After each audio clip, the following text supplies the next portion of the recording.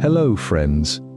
If you have ever caught yourself calculating what you owe the people who gave you everything, or if you have ever believed that sending a check could take the place of sitting in a quiet room and listening to a voice that raised you, this story is for you. Today we share the journey of a man who measured his mother's love in monthly bank transfers and the quiet room where he finally understood what true debt means. By the end, you may want to call someone you have been avoiding. There is an unspoken ledger that lives inside every child who grew up watching a parent struggle.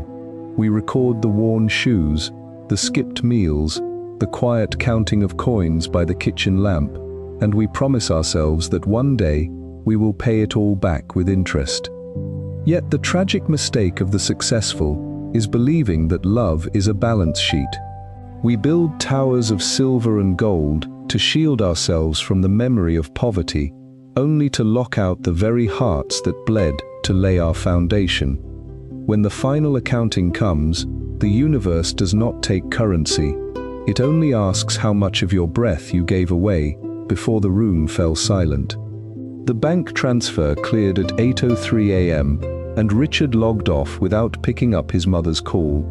He adjusted his silk tie in the reflection of his corner office window, overlooking the Chicago River.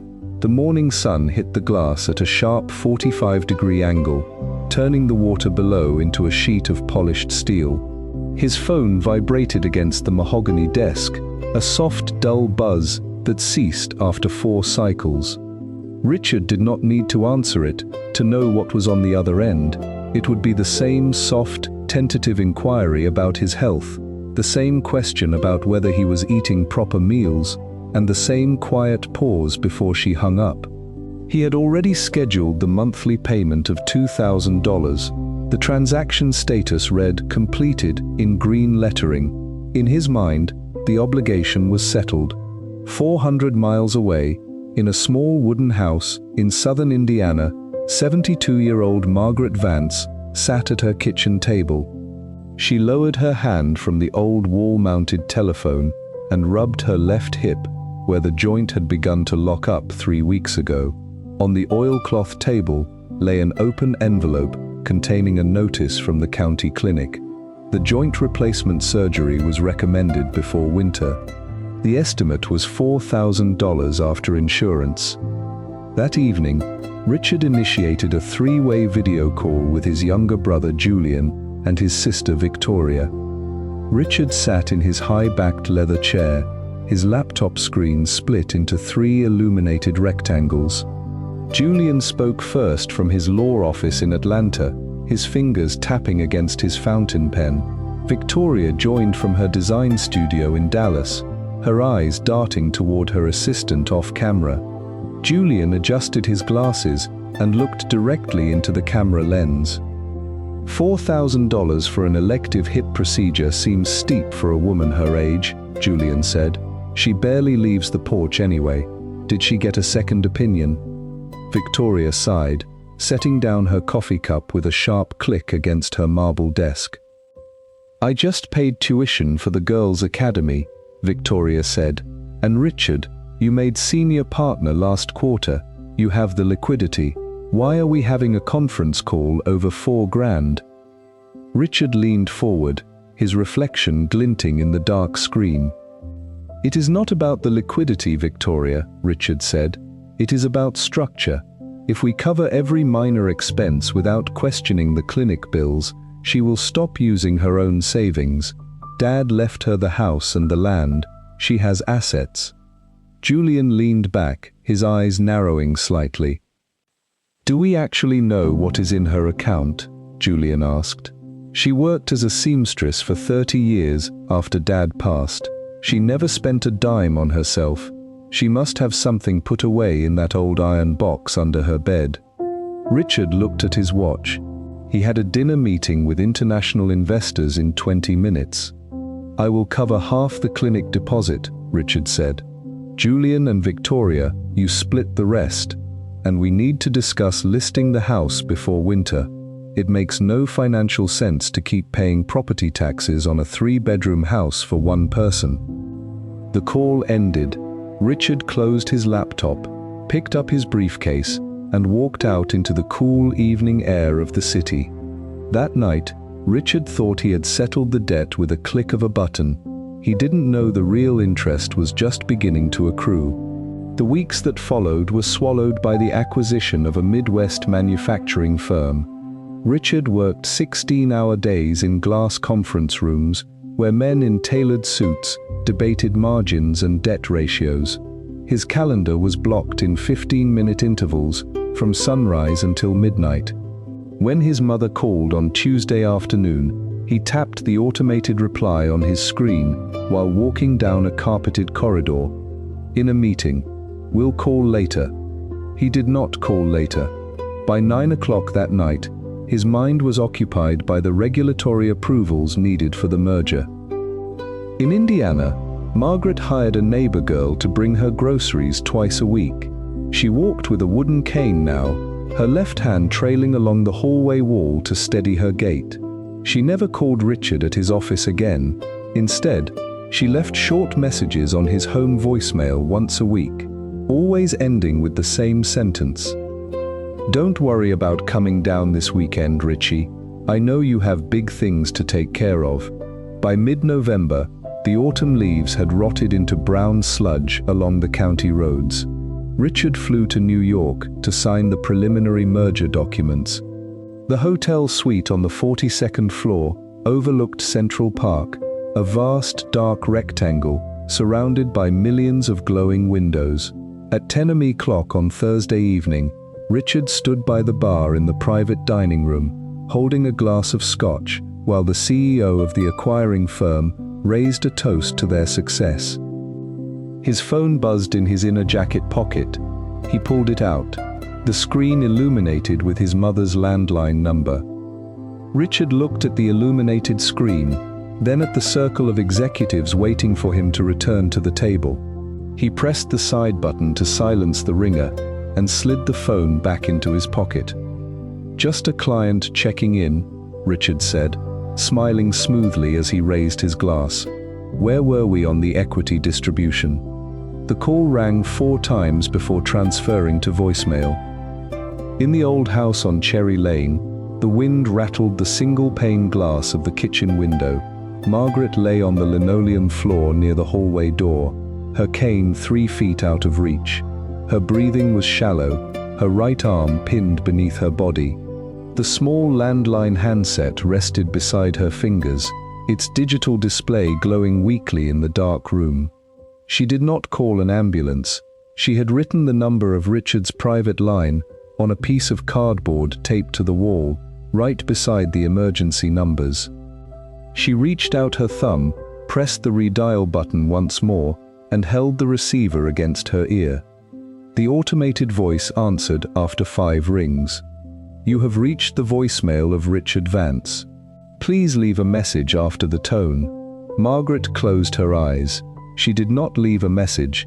She simply set the phone down on the floor and turned her face toward the quiet hall where 3 framed black and white photographs hung in identical dime store frames.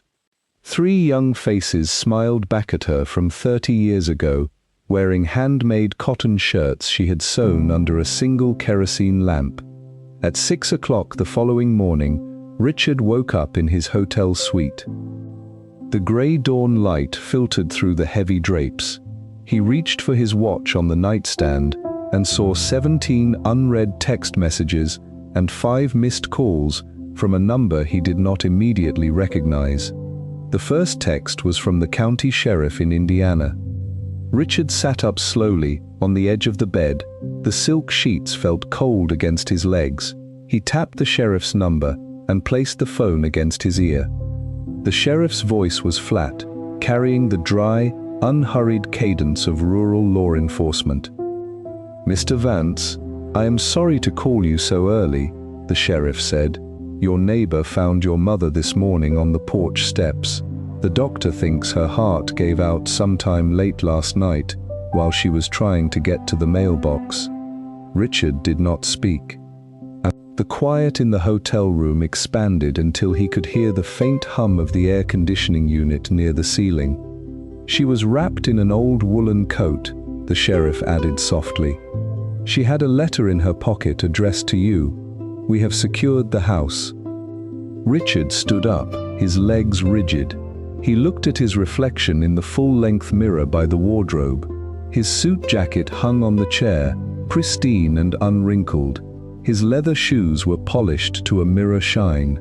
He had $40 million in managed assets under his supervision. He had $60,000 in his personal checking account, and his mother had died alone on a wooden step waiting for the mailman. 2 days later, Richard, Julian, and Victoria met at the old house for the first time in 5 years. The house smelled of old cedar, dried lavender, and the faint metallic tang of disuse.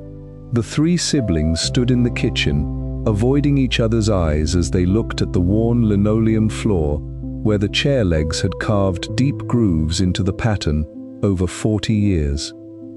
Julian was the first to speak, clearing his throat loudly. "We need to find the deed and the bank books before the probate attorney arrives," Julian said, his voice tight. "If she had accounts we didn't know about, they need to be declared." Victoria pulled open the top drawer of the sideboard, rummaging through old coupons, rubber bands, and yellowed recipe cards. "She must have kept something," Victoria whispered. "She never spent a penny of the money Richard sent her. Where did it go?" Richard did not answer. He walked down the narrow hallway to his mother's bedroom. The room was cold. The small radiator beneath the window emitted a faint clicking sound as it cooled down. On the small nightstand sat an old iron box with a heavy brass latch, covered in a thin layer of dust. Beside the box lay a small brass key attached to a piece of string. Julian and Victoria followed him into the room, standing in the doorway like strangers visiting a museum. Richard picked up the key. His hand was shaking so hard, the brass clinked against the iron latch twice before finding the keyhole. And then the room went terrifyingly quiet. For the first time in his life, Richard had all the time in the world and nowhere to send his money. The lock turned with a heavy, dry click. Richard lifted the iron lid. Inside the box, there were no stock certificates. There were no deeds to hidden parcels of land. There were no envelopes of cash. Lying at the bottom of the velvet-lined tray were 3 small, worn savings passbooks from the Farmers State Bank, bound with a thick rubber band that had turned brittle with age. Beside the passbooks lay 3 small silver-plated baby spoons, their bowls worn thin and flat from decades of use. Richard took out the first passbook. His name was written on the cover in his mother's neat, slanted cursive script, Richard Vance, for his future. He opened the first page. The entries began 40 years ago, written in faded blue ink. July 14th, 1986. Deposit, 12.00. Letting out 6 dresses for Mrs. Gable, October 3rd, 1989. Deposit, $8.50. Repairing a winter coat, March 12, 1994. Deposit, $25. For Richard's first suit for an interview, 12/12. Hemming 6 dresses for Mrs. Gable, October 3rd, 1989. Deposit, $8.50. Mending winter coats, March 12, 1994. Deposit, $25. For Richard's first interview suit. Page after page, recorded over 4 decades, detailed every dollar she had ever earned from her sewing machine after her husband died. Every monthly transfer Richard had sent her over the past 10 years was recorded on the right-hand ledger column, untouched. Beside each $2,000 deposit, she had written a single phrase in pencil, "Saved for Richard. He works so hard." She had not spent a single dollar of his money. She had transferred every cent into an account bearing his name, holding it in trust for the day he might need it. Julian stepped forward, reaching out a hand to look at the second passbook bearing his name. Victoria took the third. The room fell into absolute silence, except for the sound of paper turning. In Julian's book, beside every entry, were the same words, "Saved for Julian." He has so much stress. In Victoria's book, "Saved for Victoria, for her little girls." Tucked into the back of Richard's book was a single folded sheet of stationery, written 3 days before her death. Richard opened the paper with thumb and forefinger. "My dearest Richard, I know how hard you work in the big city. I see your name in the papers sometimes, when you win your cases and close your deals. I am so proud of the man you became. You always sent so much money. You always worried about the bills. But Richie, a mother does not count what her children cost her. The only thing I ever wanted to save was your time. Don't be angry with your brother and sister. Take care of each other. The spoons belong to you 3. They are all I had left from the beginning. Love, Mum." Richard sat down on the edge of the narrow bed. He pressed the letter against his face. The faint scent of lavender and old paper filled his lungs. He did not cry out. He simply sat there, his shoulders shaking silently, his hands clutching the worn passbook against his chest. Julian backed out of the room and leaned his forehead against the hallway wall, his hand covering his mouth. Victoria sank onto the old wooden chair by the window, weeping softly into her hands. An hour later, Richard walked out onto the front porch. The late afternoon sun was setting over the Indiana cornfields, casting a long, warm golden light across the wooden steps. The air was crisp and clear, smelling of wood smoke and damp earth. He sat down on the bottom step, right where his mother had spent her last moments looking down the long dirt road. He took his phone out of his pocket. He looked at the unread emails, the acquisition alerts, the stock ticker updates flashing across the screen. He held the phone over his knee, turned it off, and slid it into his pocket.